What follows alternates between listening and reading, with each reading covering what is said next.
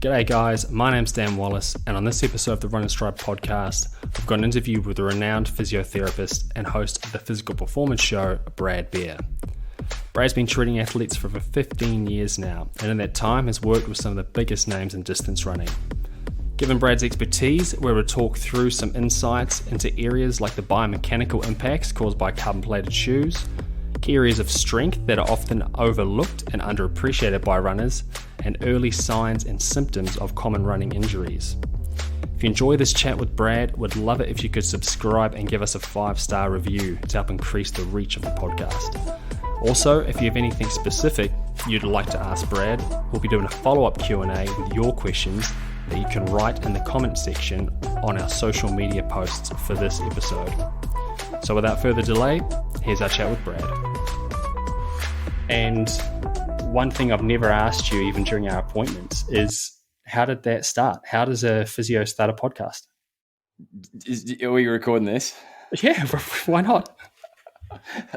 We'll just make it like one of our calls. Somewhat Dan by accident. In that we were having, as a physiotherapist, you conduct interviews every day with every patient. You are interviewing people to find out about things, essentially. So it was just an extension of that, Dan. I thought at the time we were some ways semi-early adopters to the space, and just sort of be good fun to put out some conversations that would typically happen in consult rooms to the wider audience, knowing that many of the learnings and the challenges of patients, athletes would help other athletes and patients and people in the space. And started with just the athletes, and from there it's grown down into combination of what we call expert editions and featured performers, coaches corners, catch episodes more recently. So it's grown in different types, and we found that the thing that people tend to enjoy about the physical performance show, Dan, is the ability to take something away that's practical that they can hopefully implement in the pursuit of their own best performance. I mean, well, I certainly have. And the other question I had to that is, do you think it's has it changed your business? I mean, surely you've had consults that have been referred not from patients, but from the podcast. Surely someone's listened to that and then got in touch with you. Yeah, that has definitely happened, Dan. Internationally and domestically. I did the Grafton's Inverell Cycle Classic in May 2021. It's a 228k bike race that I've always wanted to do, and it was funny. We were rolling out of town in Grafton. The flag was about to drop. We were about to start racing, and a gentleman said to me in the peloton, "I know that voice." And I was like, "Who, me?" He's like, "Yeah, that's the physical performance show." So I just thought that was hilarious. Here we are in a pack of maybe 80 or 90 cyclists, and someone picked up the voice. And then, I mean, there's endurance athletes, triathletes, runners that I have the great pleasure of working with now, Dan, that are abroad in countries, France, UK, South Africa, who have reached out, who have become somewhat familiar with the podcast and I guess myself in some ways as a therapist. So, it's had that flow-on effect as well. Well, the other thing I wanted to talk about is as runners, because at the end of the day, I know you're a runner at heart. So even if you do triathletes and cyclists, I know you're a runner. But you've got so many different types of guests, and I'm always trying to pick things that from other sports that could help me as a runner and runners in general. And I'll do an obvious one. Kim Keedle. I'm sitting here, and I mean, the listeners can't see it, but I'm in full Formula One kit, not a helmet. But so guys like that, what have you learned from them, and what can runners learn from other sports that are completely unrelated? I've definitely learned from every guest we've ever had on, as I have from every patient I've ever seen, Dan, in almost 15 years of clinical practice, tens of thousands of patients now, and always learning. That's me personally. But from the listeners of the show tuning in, there certainly has been a streamlining of guests to be as consistent as we can with the endurance sporting world. So running, trail running, triathlon, etc. Every now and then, though, there's a guest like you just mentioned, Kim Keedle, physiotherapist in the F1 racing space. And as you just mentioned, you're a huge fan of F1 racing, who is just interesting because they've got some unique takes on best practices for high performance. So we like to still tap in where we can to interesting guests like that, because I think sometimes not getting too insular and too much in our little silos of how we see things and do things can be healthy, because we can just pick something up that we can bring into the endurance sporting world. So, yeah, Kim's a great example and a great guy too, doing great things in F1. I think the professionalism that guys like that would be so used to is probably something runners can really key off of. And I mean, with that in mind, with some of the pros that you've worked with, what sets some of them apart? I mean, all it takes is a cursory glance over the episodes. I mean, Lagarde stands out for me. Robertson's, the guys in Australia as well. What separates them from a normal patient? Are they hyper focused? Do you ever have to worry about them doing the rehab that you prescribe them? It's a very good question, and there are some overlaps of characteristics, I think, with high performers. You mentioned Zane Robertson, New Zealand Oceanic Marathon record holder, Bernard Lagat, 5 times US Olympian, second fastest 1,500 meter miler. Sorry, I think miler or 1,500 meters ever still. Second, mile. Yeah, mile. So you're right. I mean, it's been amazing and a real privilege to have exposure to athletes like this at times, like that at times. I think one thing that does stand out, Dan, is they're very intentional. They're intentional about what they do. They have a plan. They've reverse engineered their season based on major competitions where they want to be at their best. And they're also aware that the big rocks matter most and the little things still add up. But I think there's sometimes an observation between recreational athletes and professionals. Professionals in some ways, I think, are more relaxed about some of the smaller rocks, if you use the big rock, small rock analogy. And sometimes the age group athletes can be a bit too focused on those little things. So an example would be worrying about the shoe choice, for example, for a recreational runner that maybe hasn't dialed in their training plan for a marathon or a half marathon. So there's an inquisitiveness, there's an intentionality, there's a relaxed manner about them, but they're also very professional, of course. But then the other big thing that I've observed, Dan, would be they're very inquisitive. They're lifelong learners. They ask questions about why things are being done. They challenge thinking. They have their own take on things. So they tend to be really switched on learners as well, who don't just take things at face value, which I think is healthy. There's a couple of things I picked up there. Well, first of all, I bungled it. It was I knew straight away after it said it, Lagarde's second fastest in the 1,500. 1,500, so, yeah. 326 point something. But it sounds like what you're saying is that they have a more proportional response to the gains that can be made. So they're not putting 100% effort into something that might be a 0.1% gain. The other question I have from that is you briefly mentioned shoes. With the onset of carbon plates in racing shoes, have you started to see a change in the injuries that are being presented or niggles to you since, say, I first raced in about 2016, but say since about 2018? Are people presenting differently? Anything that I say is anecdotal because there is some emerging literature in the science. There is some observation that runners running with carbon plates and the associated foams may be experiencing more proximal-based injuries. So these are things around their hips and pelvis. So femoral shaft bone stress injuries, pubic bone stress injuries, adductor tendinopathy, etc. So that's something that the world of sports medicine is noticing, but too early to really concretely call it.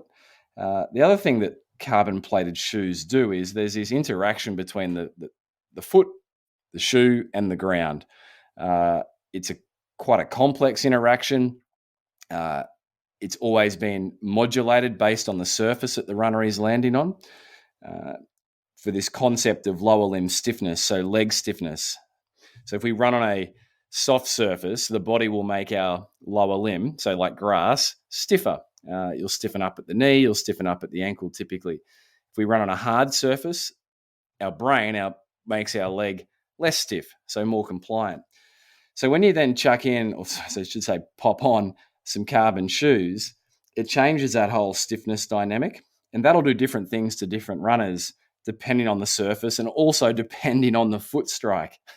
So you can see it's a very big topic. But one of the things that I have observed is with that carbon plate, there's less ability for the big toe to do work. So when you take away that work demand at the big toe, that can shift it up to increase in power generation at the ankle.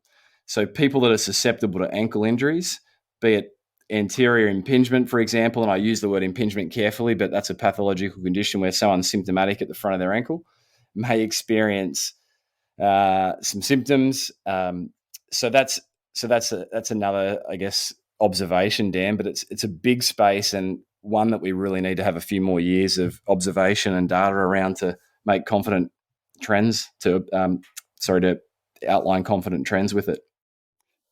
So the forces, like you said, they have to go somewhere. Mm-hmm. So they shift from the big toe to the ankle. And up the chain. And up the chain. So is there, I think it's pretty safe to say that a lot of runners are feeling that. Is there anything you would suggest?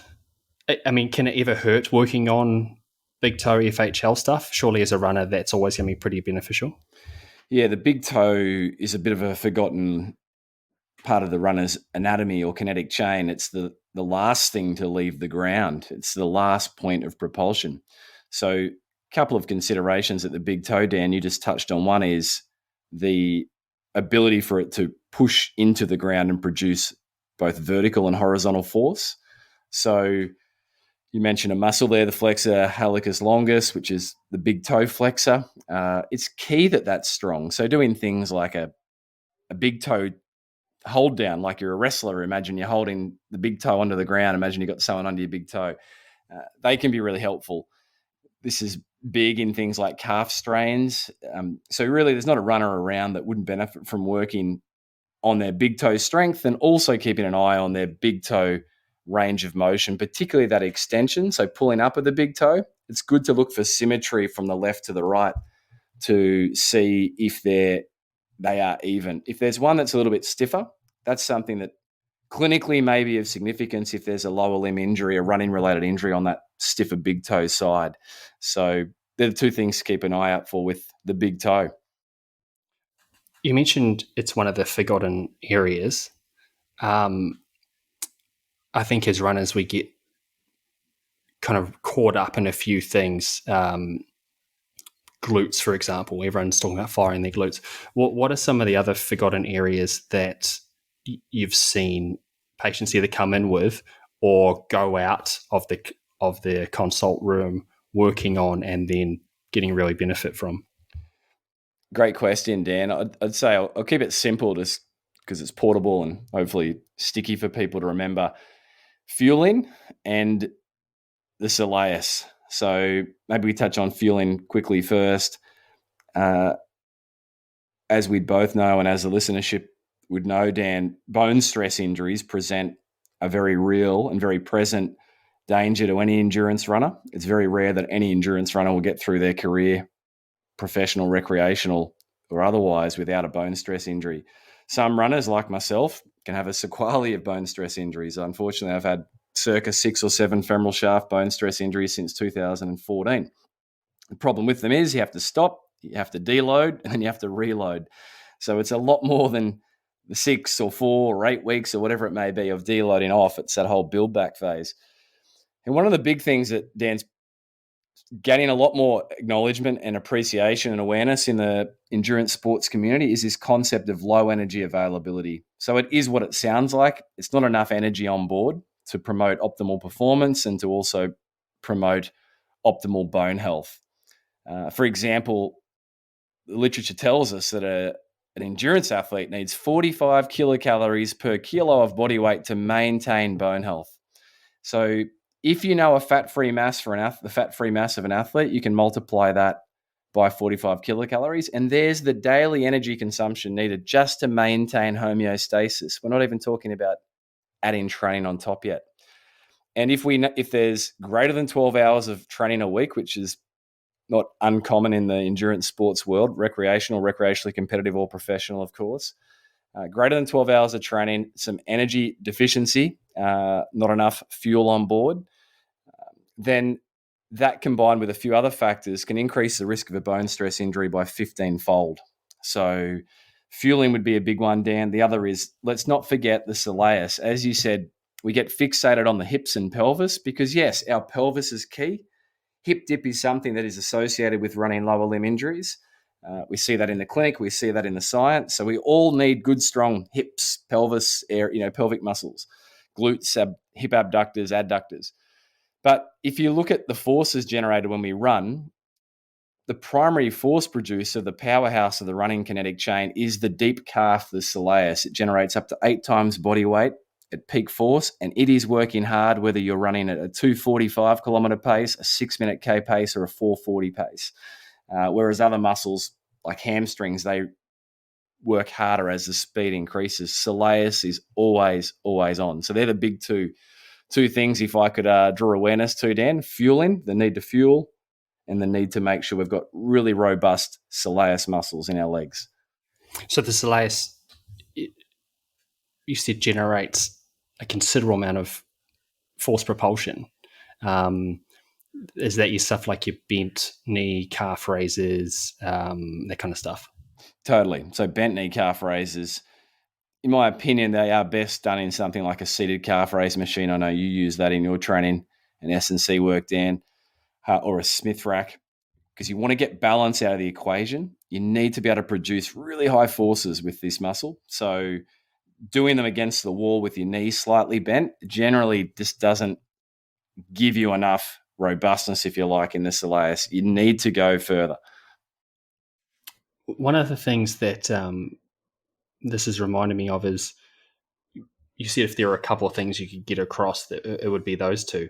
But if an athlete went online, Instagram, whatever, there is now so much, it's almost information overload, especially with athletes doing their core routines, S&C routines, whatever.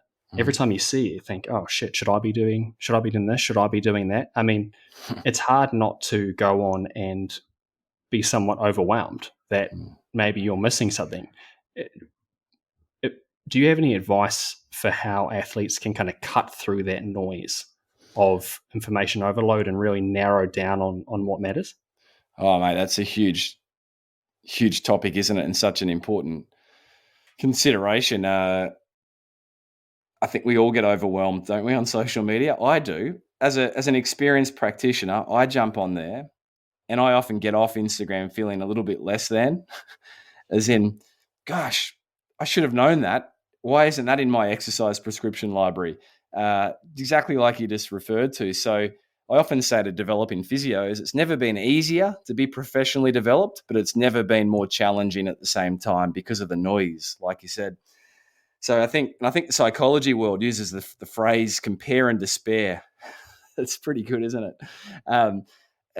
It's something I think we all mature into as we go through our years. But if we can just stay in our own lane, do you have the right team around you? If you feel like you haven't yet got the right team, whatever that looks like, then keep looking, ask people in your world that you respect and trust, and build your own team and ask questions of them. Anyone in your team that you're asking questions of would typically be very happy to be challenged or come up with answers or provide supporting reasons for why something's been recommended or given. So I'd just say stay in our own lane. It's talking to myself on that one too, Dan.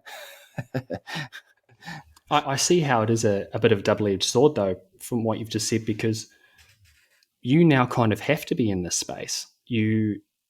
Telehealth is, I can imagine, an enormous part of your business now during COVID, and you have a podcast, you're on Instagram. It's kind of unavoidable, isn't it? Do you try and keep the messaging clear and concise, or because, like you said, you can't go out and pretend to be something you're not, but how do you balance that? How do you balance what information you do put out there? As in what I personally put out there, Dan, you mean? Yeah, and what you focus on. Oh, gosh, good question. I think I just screen it through the filter of how can this. I just see anything I put up, apart from some personal stuff every now and then, babies and riding bikes or running. As has this got some use to someone out there in the endurance sporting world? So if it has, then I'll try and, as I can with time constraints, put something up. I've certainly, I certainly don't have the make it a priority to do beautiful graphics and everything else. I'm also a firm believer in life, Dan, that when the crowd runs one way, start running the other way with trends and everything else. And so I'm trying to definitely be very basic with my posts, for example. So they're not beautifully designed all the time, but hopefully they get a message across. And yeah, it's an interesting space, Dan. It really is. Well, this somewhat relates. One of the things I wanted to ask you was, obviously, a lot of people reach out to you through Instagram, and you've worked with a lot of big name athletes. But one of the I don't think you've ever gone quite so far as Ethiopia to then see an athlete. Can you kind of talk us through how that came about and some of the stuff that you worked on with Zane over there? Yeah, that as you say, that's every runner has a dream, don't they, of going to East Africa. I always did, and so when that opportunity arose, one, I asked you for some notes from recollection on, because you'd been there and experienced it. You gave me a bit of an insight, which was helpful. And two, it popped up with Athletics New Zealand in the lead up to what should have been the Tokyo 2020 Olympic marathon for Zane Robertson. And Zane was battling with a few injuries at the time. And Athletics New Zealand knew that I'd done a bit of work with Zane and that he was comfortable with me. So they supported the trip over there. And it was only a short trip, but enough to get there and try and make a bit of a difference for Zane. So there was daily treatment being done. There was strength and conditioning work being overseen. And yeah, it was all in a fairly condensed time frame and different world. As you know, the altitude of Ethiopia, Saluta, it is a culture shock like I've never experienced. My gosh. On reflection, nothing but fond memories. At the time, it was challenging. So you talked about there's a bit of treatment each day, but one thing I think a lot of us have figured out during COVID, at least, and I know you've said before, is that exercise is the best medicine for tendons, and that a lot of it's not so much if we've got niggles going in and getting a massage and feeling better for 5 minutes, but actually exercise prescription. Were obviously you gave Zane a lot of exercises to do. Do you think that telehealth now truly can work for a lot of runners, for a lot of athletes? Absolutely. You mentioned that it's something that we do post-COVID or through these COVID times. Interestingly, it was a mainstay in my clinical week every week before COVID. And COVID has just increased an awareness of it and an acceptance of it. But there are times when manual therapies are absolutely required. I still use it in my toolbox. Any physiotherapist working with athletes will use it. It's what we're trained to do, amongst other things.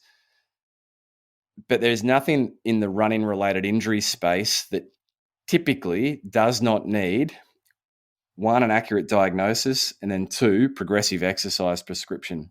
So that's where telehealth lends itself so well, Dan, to the common running injuries being tendinopathies, Achilles tendons, proximal hamstring tendons, bone stress injuries, kneecap pain, or patellofemoral pain, for example. So yeah, there's not a running injury that can't be assisted by telehealth these days. Has there been, so during COVID, well, I hate saying that during COVID because it's still happening. Only if you're in Australia or New Zealand, right? Yeah, tell me about it. You could kind of take a couple of different paths to your training. You could either get disheartened and do nothing. A lot of people started working on their weaknesses because they all of a sudden had a big safety net for if they got injured or some niggles. And in general, anecdotally, I've seen people just train a lot more. Like I said, there was a bigger safety net. Have you seen, whether it be through Instagram or your treatment table, a change in injury presentation across this kind of period? Yes and no. The yes part would be if an athlete has been, which is understandable, with all the uncertainty and the changing landscape with events still being cancelled, etc., mainly in Australasia, it's easy to just want to take time out and just lose your mojo. So there's always that risk with the deload reload phase for an athlete that they may develop a reactive Achilles tendinopathy, or some shin soreness on the return. So yes, there's been plenty of examples of that, Dan, and instances of that, the deload reload injury, because people have taken time out. But the other thing it has done, on the other hand, is people have been able to train consistently and build that good chronic workload base in many instances, uninterrupted by tapering and then event execution. And so that has, as you've seen, Dan, led to some world-class performances across sports, because people haven't been on planes, traveling, flying, losing days of training, getting sick, jet lagged, and recovering. So it's a mixed bag, but it's a good question. I know we don't have too much time left, but I have one more question about. You talked about deloading, reloading, pain. How can an athlete tell if there is any kind of easy way between that good pain and bad pain, where something is, you're a bit sore and tired because you're training hard, and when you actually need to see someone? Because I feel like it doesn't matter how long you're an athlete for, that is over and over again a mistake people make. Yeah, absolutely.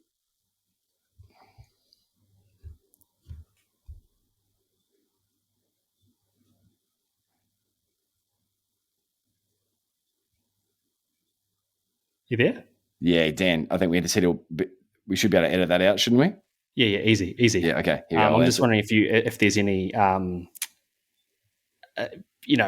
simple ways or red flags to look for. Basically, are there any red flags that a sore Achilles versus one that, hey, you probably need to go see someone? Yeah, it's a top question, and something that I think every athlete develops and refines their craft with throughout their running years, and that is when to take action, when to ignore it, when to stop, when to take a few days off, whatever it may be. But there's no easy one answer. The reason being, when it comes to bone stress injuries, that they exist on a continuum. So if someone's got a developing bone stress injury, their best bet is to absolutely deload, stop, seek professional advice, and get an understanding of the accurate diagnosis and then therefore the prognosis. So if someone keeps running with the onset of some bone stress, say in their tibia or their shin, or their femur, their thigh bone, for example, there was a case of an Australian triathlete who was looking to try and qualify for Tokyo 2021, who had some onset of early low-grade bone stress in his thigh, was unable to access an MRI for 2 weeks, and in that 2 weeks continued to run fairly decent workloads and pushed it to a stress fracture. So in 2 weeks, that athlete went from, if he had have picked it up sooner, he could have had a couple of weeks deloading and then appropriate reloading. But with a frank stress fracture, he was looking at multi-weeks, 6 to 8 weeks of absolutely no running and building back, and it cruelled his Olympic ambitions. So there's an example where you can't afford to run on if it's bone. Now, the problem is not everyone can determine if it's bone or not. How do you know? So I think one key rule, Dan, would be always think bone with runners and triathletes. Think bone first, rule bone out. If we're then left with soft tissue, you can act accordingly. And with the soft tissue types of injuries, Dan, be it tendons, muscle strains, or anything else, ligament injuries, we're trying to get people running as soon as they can where practical. So there might be a few days that people would be best just to take off, but otherwise you want them to be out there running, loading up, and not sitting on the couch, metaphorically speaking. Well, I think that's the biggest fear, isn't it? There's a lot of people, if you don't go to the doctor, then you're not sick. If you don't go to the physio, then you're not injured and you can keep running. I think a lot of people are kind of stuck in that loop where they think if they think it's going to be worst case and that they're going to have to stop running. And that's probably something a lot of us battle with. Yeah, if it's a tendinopathy, Achilles tendinopathy, unless it's so flared up that you know that you just need to give it a couple of days or a week, then you absolutely want to find the workload that you can tolerate. Now, what's an acceptable workload? This is from the likes of Ebony Rio and Jill Cook, Australian well-known tendon researchers. They talk about low and stable pain. So if you have an Achilles tendon issue and you go and run 45 minutes, and you wake up the next morning, which is where you tend to feel it, when you tend to feel it the most, and you're stiff and it's really sore, you tried to hop on it, single leg, and it gave you a 7 out of 10 pain, then that would indicate that the workload that you executed within that 24 hours, 45 minutes of running exceeded your tendon's happy point or your tolerance point. Could have been that 30 minutes was okay. So if you look for that low and stable pain with tendons 24 hours after exercise, test it with a hop test. That's where you want to stay. You want to stay 0, 1, 2, 3 out of 10, for example. So you can go through a whole month of running 3, 3, 3, 3, 2, 2, 1, 1. But what we don't want is a 7, a 2, a 3, 3, 2, 7, 7, 7 on the mornings when you wake up. And speed work is the big enemy of tendons when you're trying to settle them down. So take the pace out, reduce the volume, experiment, and find out what allows you to wake up the next morning with just that low level pain and stiffness. So you want to find that operating window. Yes, perfectly said. Right. All right, mate. This has been an absolute pleasure. So many gems in there that I think a lot of listeners will be able to take from. So thanks so much for your time. Oh, Dan, thank you. Keep up the great work. Awesome. Thanks, mate. Cheers.